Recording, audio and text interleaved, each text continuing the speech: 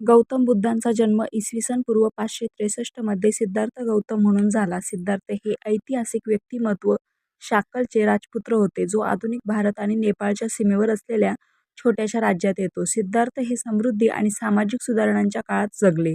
वयाच्या 16व्या वर्षी सिद्धार्थांनी एका सुंदर महिलेशी लग्न केलं आणि पुढे त्यांना मुलगा देखील झाला. त्यांच्या आयुष्यातील एक महत्त्वाचा टप्पा तेव्हा आला जेव्हा सिद्धार्थ हे 27 वर्षाचे होते आणि राजवाडा सोडून आपल्या राज्यात फेरफटका मारायला गेले. त्यावेळी त्यांच्या असं लक्षात आलं की संसार, वृद्धापकाळ, आजारपण आणि मृत्यूच्या दुःखानं संपूर्ण विश्व वेढलं गेलंय. त्यानंतर त्यांनी पत्नी, मुलगा आणि संपत्ती सोडून ज्ञानाच्या शोधात भटकत तपस्वी झाले.